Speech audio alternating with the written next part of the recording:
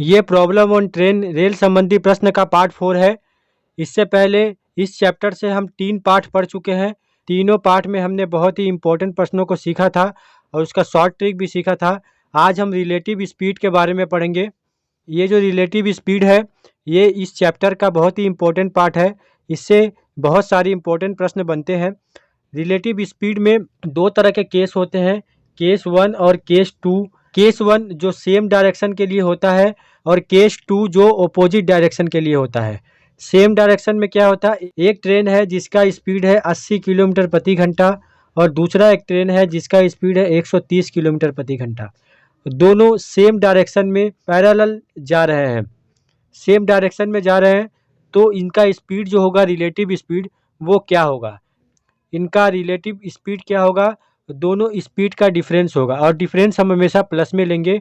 यहाँ पे relative speed होगा 130 माइनस 80, 50 किलोमीटर प्रति घंटा। ये होगा हमारा रिलेटिव स्पीड। केस 2 में क्या है, अपोजिट डायरेक्शन में अगर ट्रेन जा रही है, एक तरफ से ट्रेन जा रही है और दूसरे तरफ से ट्रेन आ रही है। यहाँ पे आप देखेंगे कि पहले ट्रेन का जो स्पीड है 80 किलोमीटर प्रति घंटा और दूसरे ट्रेन का जो स्पीड है 130 किलोमीटर प्रति घंटा, दोनों एक दूसरे की तरफ आ रही है। तो दोनों ये जो बीच का डिफरेंस है वो दोनों एक साथ कंप्लीट करती हुई आ रही है। तो यहाँ पे स्पीड को हम जोड़ के लिखेंगे। यहाँ पे जो आर एस होगा रिलेटिव स्पीड होगा, यहाँ पे 80 प्लस 130 होगा, मतलब कि 210 किलोमीटर प्रति घंटे यहाँ पे स्पीड होगा। ये स्पीड और ये स्पीड जो है, इस स्पीड से हम इस तरह के क्वेश्चन को बनाएंगे। पहले केस 1 में सेम डायरेक्शन है जिसमें पैरेलल पटरी पे 2 ट्रेन एक ही दिशा में जा रही है। एक का स्पीड है 80 किलोमीटर प्रति घंटा और दूसरे का स्पीड है 130 किलोमीटर प्रति घंटा। ऐसे केस में रिलेटिव स्पीड जो है वो इन दोनों का डिफरेंस होगा और ये जो रिलेटिव स्पीड है हमेशा प्लस में लेंगे। दूसरे वाले केस में अपोजिट डायरेक्शन में ट्रेन चल रही है, एक ट्रेन जा रही है और दूसरी ट्रेन उसी के तरफ आ रही है, तो वो दोनों मिल के बीच के डिफरेंस को कवर करते हैं। इसमें दोनों का जो स्पीड है उसे हम प्लस करके लिखेंगे। यहाँ पे आर एस मतलब रिलेटिव स्पीड 80 प्लस 130 मतलब कि 210 किलोमीटर प्रति घंटा होगा। ये जो कंसेप्ट है एक छोटा सा कंसेप्ट है, इस कंसेप्ट के जरिए हम क्वेश्चन को बनाएंगे। अब हम कुछ क्वेश्चन लेंगे और इस कंसेप्ट से सॉल्व करेंगे। ये पहला क्वेश्चन है, 63 किलोमीटर प्रति घंटे की चाल से जा रही 500 मीटर लंबी रेलगाड़ी अपनी ही दिशा में 3 किलोमीटर प्रति घंटे की चाल से जा रहे व्यक्ति को कितने देर में पार करेगी। यहाँ पे बोला गया है कि अपनी ही दिशा में जो व्यक्ति, मतलब ट्रेन की दिशा में जो व्यक्ति जा रहा है उसे वो पार करने में कितना समय लेगी।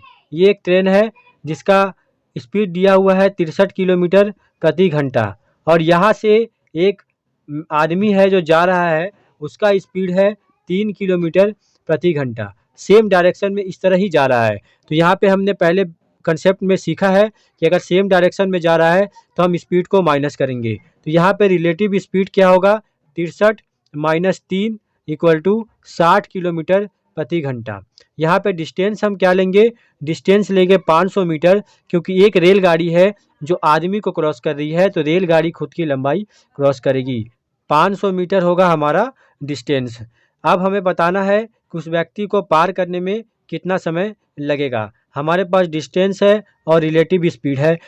अब हम क्या करेंगे, हमें निकालना है टाइम कि कितना समय लगेगा। टाइम का फॉर्मूला होता है डिस्टेंस बाय स्पीड। स्पीड हमारा किलोमीटर प्रति घंटे में है और डिस्टेंस मीटर में है, तो हम इसे मीटर पर सेकंड में बदलेंगे। इसे 5/18 से गुना करेंगे। ये हमने पहले सीखा है पार्ट 1, पार्ट 2, पार्ट 3 वाले वीडियो में। यहाँ पे अगर इसे कटाएंगे, 6 तिया 18, 6 दहिया 60, यहाँ पे बचेगा 50/3 मीटर पर सेकंड। ये हो जाएगा उसका स्पीड मीटर पर सेकंड में। अब हम टाइम निकाल सकते हैं डिस्टेंस बाय स्पीड करके।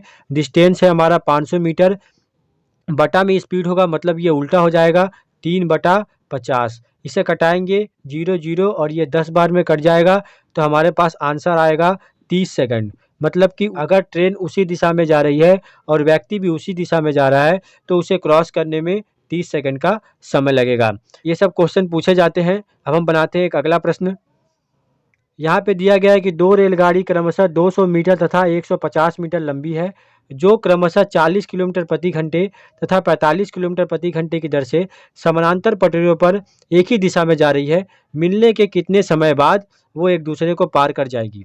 इसका कंसेप्ट क्या है, एक रेलगाड़ी ऐसे जा रहा है और दूसरा रेलगाड़ी ऐसे जा रहा है। एक का जो लंबाई है वो 200 मीटर है और दूसरे की लंबाई है 150 मीटर। एक का चाल है 40 किलोमीटर प्रति घंटा और दूसरे का चाल है 45 किलोमीटर प्रति घंटा। ये हमें दिया गया है। बोला गया है कि मिलने के कितने समय बाद वो एक दूसरे को पार करेगी। ट्रेन पार कब होगा, जब वो एक दूसरे को क्रॉस कर जाएगा, मतलब वो दोनों एक दूसरे के डिस्टेंस को अगर क्रॉस कर लेगा तो ही वो ट्रेन एक दूसरे को पार कर जाएगी। मतलब यहाँ पे जो डिस्टेंस होगा वो इसकी लंबाई और इसकी लंबाई का योग होगा। 200 plus 150, 200 plus 150 350, 350 metre total distance है। रिलेटिव स्पीड हम यहाँ से निकाल लेंगे, एक ही दिशा में जा रहा है तो माइनस होगा 45 माइनस 40 इक्वल टू 5 किलोमीटर प्रति घंटे। इसे हम मीटर पर सेकंड में बना लेंगे। 5 गुना 5/18, यहाँ पे आएगा 25/18 मीटर पर सेकंड। हमें डिस्टेंस मिल चुका है और स्पीड भी मिल चुका है। हम टाइम निकाल सकते हैं। टाइम का फॉर्मूला होता है डिस्टेंस बाय स्पीड। डिस्टेंस है 350 मीटर और स्पीड है 25/18। वो बटा में होगा तो उल्टा हो जाएगा 18/25। इसे हम कटाएंगे। 5 पचे 25, 5 सत्ते 35, 0। अगर इसे 70 को अगर हम 5 से कटाए तो 5 एकम 5, यहाँ से बचेगा 2, 14 बार में कट जाएगा। 14 पचे 70। 14 और 18 को अगर हम गुना करेंगे तो हमारे पास आएगा 252 सेकंड। ये हो जाएगा हमारा आंसर। इसे आप मिनट और सेकंड में भी बना सकते हैं, ऐसा ऑप्शन में आपको मिलेगा। तो इस तरह के क्वेश्चन पूछे जाते हैं। अब बनाते हैं हम एक अगला प्रश्न जिसमें ट्रेन अपोजिट डायरेक्शन में चल रहा हो।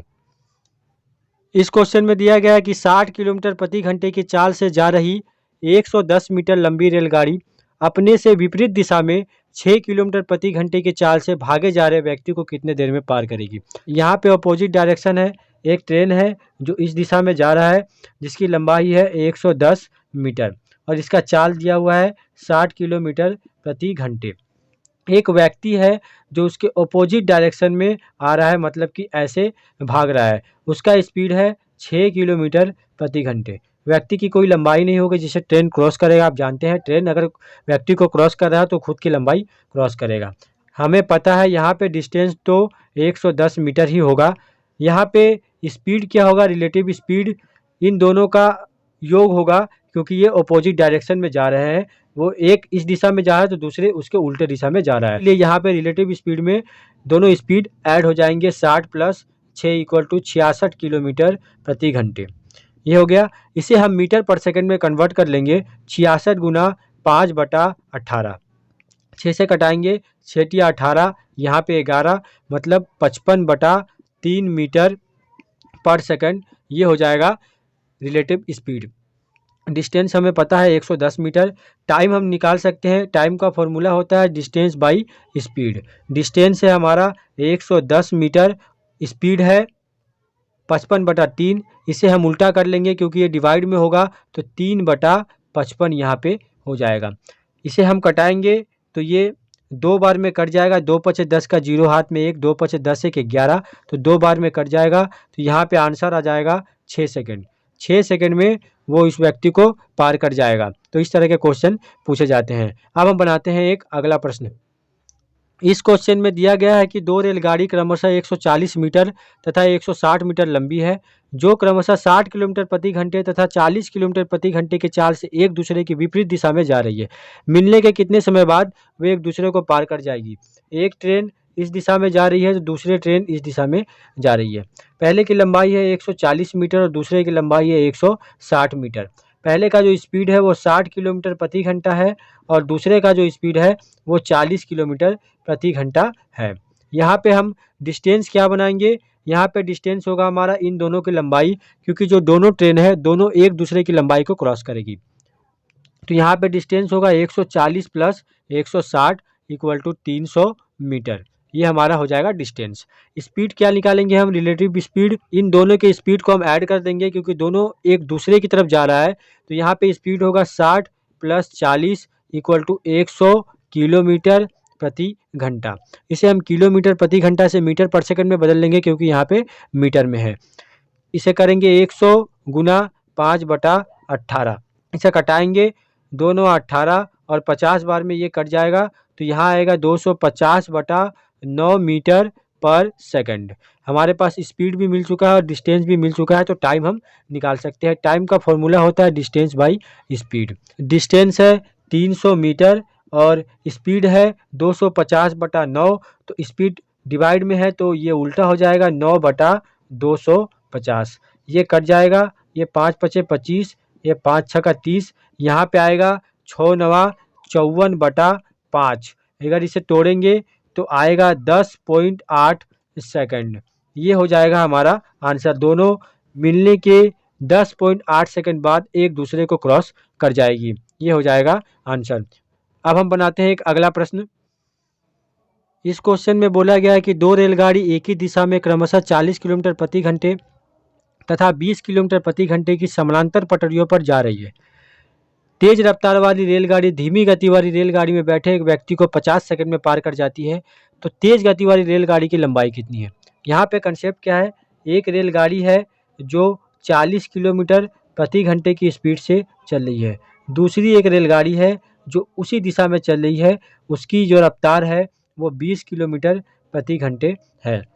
यहाँ पे बोला गया है कि तेज गति वाली जो रेलगाड़ी है, मतलब कि ये जो रेलगाड़ी है वो इस रेलगाड़ी में बैठे एक व्यक्ति को 5 सेकंड में पार कर जाती है। ये जेन्युइन है कि जो तेज गति वाली रेलगाड़ी है, मतलब कि ये वाली रेलगाड़ी जो तेज गति वाली रेलगाड़ी है वही क्रॉस कर पाएगी इस व्यक्ति को क्योंकि इसकी गति ज़्यादा है।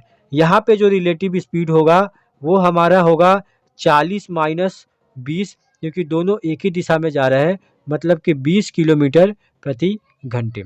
यहाँ पे डिस्टेंस क्या होगा, यहाँ पे जो डिस्टेंस होगा वो हमें निकालना है।